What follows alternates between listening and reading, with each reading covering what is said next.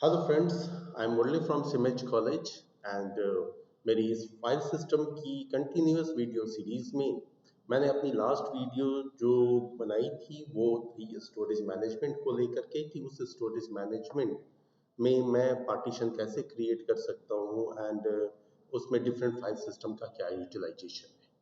ठीक है।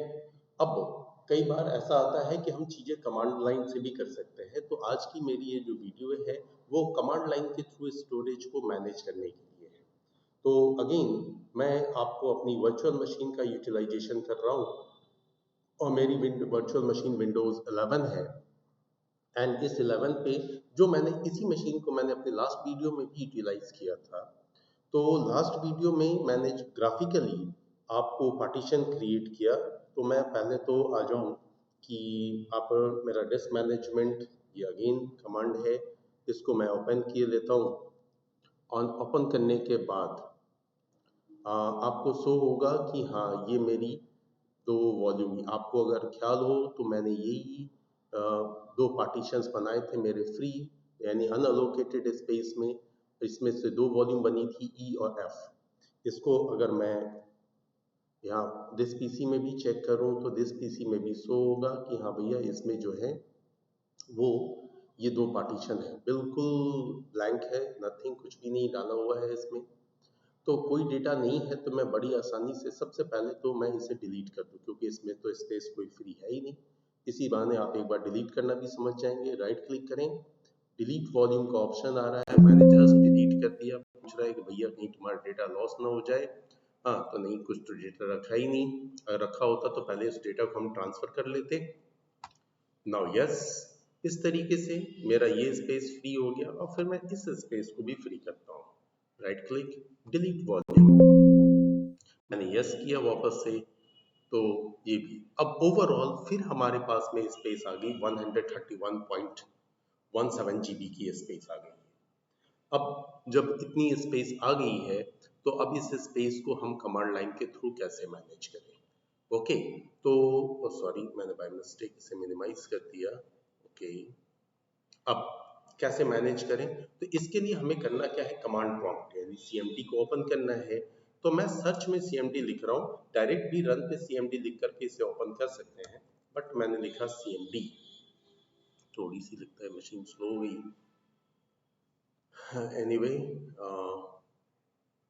मैंने सीएमडी लिखा और सीएमडी लिखते ही जो है मेरे पास में कमांड प्रॉम्प्ट ओके थोड़ा सा स्लो चलने लग गया। हाँ, रन एज एडमिनिस्ट्रेटर करना है, ये बात का ध्यान रखिए, अदरवाइज वो आपसे ऐसे भी करवा लेगा। हाँ, रन एज एडमिनिस्ट्रेटर किया, ये कंफर्मेशन मांग रहा है, श्योर हो। क्योंकि रन एज एडमिनिस्ट्रेटर करने पे आपको एडमिनिस्ट्रेटिव प्रिविलेज मिल जाता है। अब आई थिंक कि आपको ये प्रॉम्प्ट प्रॉपर्ली विजुअल हो रहा होगा, अगर नहीं विजुअल हो रहा तो मैं थोड़ा सा इसे इंक्रीज कर दूं जिससे आप प्रॉपर्ली इसे देख पाए। Now I think this font is very good. तो अब यहाँ पे करना क्या है मुझे, हाँ जो काम मैंने आपको लास्ट वीडियो में कमांड लाइन के थ्रू दिखाया था, sorry not command line, graphically दिखाया था, उसे कमांड लाइन से। इसके लिए जो कमांड यूज होता है वो है डिस्क पार्ट। अब डिस्क पार्ट कमांड है, इसका काम ही है पार्टीशंस को मैनेज करना। मैंने डिस्क कमांड हिट किया। डिस्क पार्ट कमांड को हिट करने के बाद अब ये डिस्क पार्ट जो है इससे हम चेक करते हैं कि मेरे में हार्ड डिस्क कौन सी है। लिस्ट डिस्क, जैसे ही लिस्ट डिस्क किया तो दिखा रहा है कि एक ही डिस्क लगी हुई है, उसका नंबर है डिस्क 0। ठीक है, अगर एक से ज्यादा हार्ड ड्राइव मेरे में होता तो वैसे कंडीशन में डिस्क 0 1 2 3 इस तरीके से वो शो करता है, लेकिन यहाँ पे एक ही हार्ड ड्राइव है डिस्क 0। तो इसे ही सेलेक्ट कर लेते हैं, सेलेक्ट करना जरूरी है, सेलेक्ट डिस्क 0। अब मैंने सेलेक्ट डिस्क 0 किया, सिंपल मैसेज आ गया, disk 0 is now the selected disk. Disk 0 selected disk है। तो अब हमारा काम है ये चेक करना कि इसके ऊपर में कौन कौन से पार्टीशन है। तो मैंने जस्ट कमांड हिट किया, list partition, partition list partition मैंने हिट किया। तो यहाँ पे दिखा रहा है कि आप में जो है वो एक सिस्टम है, एक पार्टीशन है, एक रिजर्व है, एक प्राइमरी है और एक रिकवरी है। तो बेसिकली देखें तो ये जो आपका ये प्राइमरी पार्टीशन है, यानी ये हमारा सी ड्राइव है, ठीक है। इसी पार्टीशन में सारा का सारा कुछ है हमारा, इसके अलावा कुछ भी नहीं। तो अब बात आती है कि हम जो है एक पार्टीशन पहले क्रिएट कर लें। तो उसके लिए क्या करना है मुझे, क्रिएट पार्टीशन। अब क्रिएट पार्टीशन अगर आप सिंपल करेंगे ना, जैसे मैं यहाँ पे एंटर हिट कर देता हूँ, मैं कुछ स्पेसिफाई नहीं कर रहा, तो क्रिएट पार्टीशन पे अगर हिट करता हूँ तो ये पूछने लगता है कि भैया प्राइमरी बनाना है, एमएसआर बनाना है, माइक्रोसॉफ्ट रिजर्व के लिए बनाना है, लॉजिकल ड्राइव बनाने हैं, एक्सटेंडेड पार्टीशन बनाना है, क्या ईएफआई बनाना है, create an EFI system partition create करना है। हाँ, तो जो आपका यहाँ पे सिस्टम पार्टीशन है उसको क्रिएट करने के लिए तो ये सब चीज़ें तो ऑलरेडी हमारे पास हैं ही। तो हम एक काम करते हैं, प्राइमरी पार्टीशन ही क्रिएट करते हैं। तो हकीकत में मेरा कमांड होना चाहिए क्रिएट पार्टीशन। अब इस क्रिएट पार्टीशन में अब हम क्या देंगे, प्राइमरी। क्रिएट पार्टीशन मैंने प्राइमरी डाला, तो कह रहा है this part succeeded in creating the specified partition. Partition आपका क्रिएट हो गया। पार्टीशन क्रिएट हो गया तो अभी तक मेरे पास में जो पार्टीशन का नंबर थे वो 1 2 3 4 थे। अभी न्यू पार्टीशन अगर क्रिएट हुई होगी तो एक नंबर इंक्रीज करेगा। तो अगेन से लिस्ट पार्टीशन, मैंने लिस्ट पार्टीशन वापस से किया तो अब दिखा रहा है यहाँ स्टार भी मार्क्ड है। स्टार मार्क यहाँ पे ये शो कर रहा है कि भैया ये रॉ है, ये यूटिलाइज नहीं हो सकता। पार्टीशन भले ही 5 बन गए बट ये यूटिलाइज नहीं हो सकता, ये रॉ पार्टीशन, ठीक है। अब ये रॉ पार्टीशन है, इसे हम कैसे समझें कि रॉ है, तो थोड़ा सा आपको मैं दिखाता हूँ। फिर वापस से मैं यहाँ से डिस्क मैनेजमेंट ओपन कर लेता और इस डिस्क मैनेजमेंट में आपको ये शो कर देगा। देखिए यहाँ पे देखिए ये दिखा रहा है कि 131 वाली जो है वो रॉ पार्टीशन है, यानी कि इसको कोई फाइल सिस्टम नहीं दी गई है। फाइल सिस्टम रिक्वायर्ड है इसके ऊपर डेटा स्टोर करने के लिए, क्योंकि डेटा स्टोर होगी तो उसका पता कौन रखेगा, और अगर हमें डेटा एक्सेस करनी है तो वो डेटा एक्सेस होगी कैसे। इस चीज के लिए यहाँ पे फाइल सिस्टम जानना जरूरी है, बट फाइल सिस्टम तो है नहीं। अब जब फाइल सिस्टम नहीं है तो वैसे कंडीशन में अब हमको क्या करना है कि ये जो हमारा सेलेक्ट लिस्ट पार्टीशन है, अब इसमें हम जाते हैं, आपका कर सकते हैं कि सिलेक्ट पार्टीशन। अब इस सेलेक्ट पार्टीशन में आते हैं और पार्टीशन नंबर हमें कौन सा सेलेक्ट करना है, 5। तो सेलेक्ट पार्टीशन 5। अब 5 सेलेक्टेड हो गया। अब क्या करना है, इसे हम एक्टिव कर लें। एक्टिव किया। अब एक्टिव होने के बाद अब बारी आती है कि आप इसे फॉर्मेट करें। ठीक है, फॉर्मेट करना कंपलसरी है क्योंकि फॉर्मेटिंग में ही फाइल सिस्टम का यूटिलाइजेशन होता है।